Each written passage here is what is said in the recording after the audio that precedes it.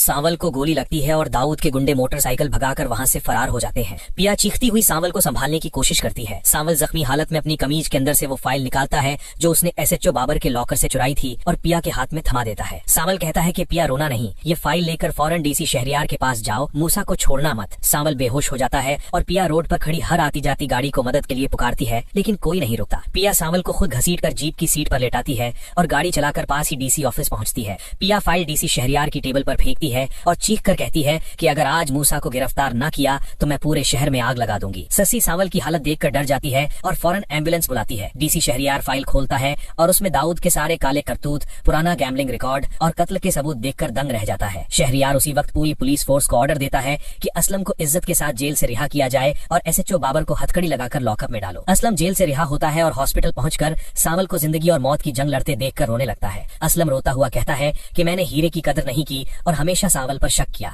इधर दाऊद यानी मूसा को लगता है कि सांवल मर चुका है। वो पिया के घर पहुंचता है और जकिया को धमकी देता है कि अब पिया की डोली मेरे घर उठेगी क्योंकि असलम जेल में है और सांवल मर गया। दाऊद जबरदस्ती घर में दाखिल होता है कि तभी वहां आलियार पहुंच जाता है और अपने बाप पर पिस्तौल तान देता है। आलियार चीख कर कहता है कि डैड, आप एक कातिल हैं, मैंने अपनी आंखों से आपके गुंडों को सांवल पर गोली चलाते देखा है। आलियार दाऊद को जोरदार धक्का देता है और कहता है कि आज से मेरा और आपका रिश्ता खत्म। आलियार अपनी माँ शाइस्ता का हाथ पकड़ता है और उन्हें दाऊद के पास से हटाकर ले जाता है। दाऊद गुस्से में पागल होकर निसार को फोन करता है कि हॉस्पिटल पर हमला करो और सांवल को जिंदा मत छोड़ना। निसार और दाऊद के गुंडे हॉस्पिटल पहुंचते हैं और कॉरिडोर में फायरिंग शुरू कर देते हैं। सांवल के अड्डे के लड़के और टीपू वहां पहले से डंडे और हथियार लेकर खड़े होते हैं। टीपू और दाऊद के गुंडों के बीच हॉस्पिटल में शदीद लड़ाई शुरू हो जाती है। टीपू दाऊद के एक गुंडे को गार्डन में घसीट कर ले जाता है और उसकी इतनी पिटाई करता है कि वो बेहोश हो जाता है। डीसी शहरियार पूरी पुलिस फोर्स के साथ बंगला पर छापा मारता है, लेकिन दाऊद वहां से भागकर हॉस्पिटल पहुंच जाता है। दाऊद हॉस्पिटल में पिया को किडनैप करने की कोशिश करता है, लेकिन असलम रास्ता रोक लेता है। असलम दाऊद के मुंह पर थप्पड़ मारता है और कहता है कि मूसा,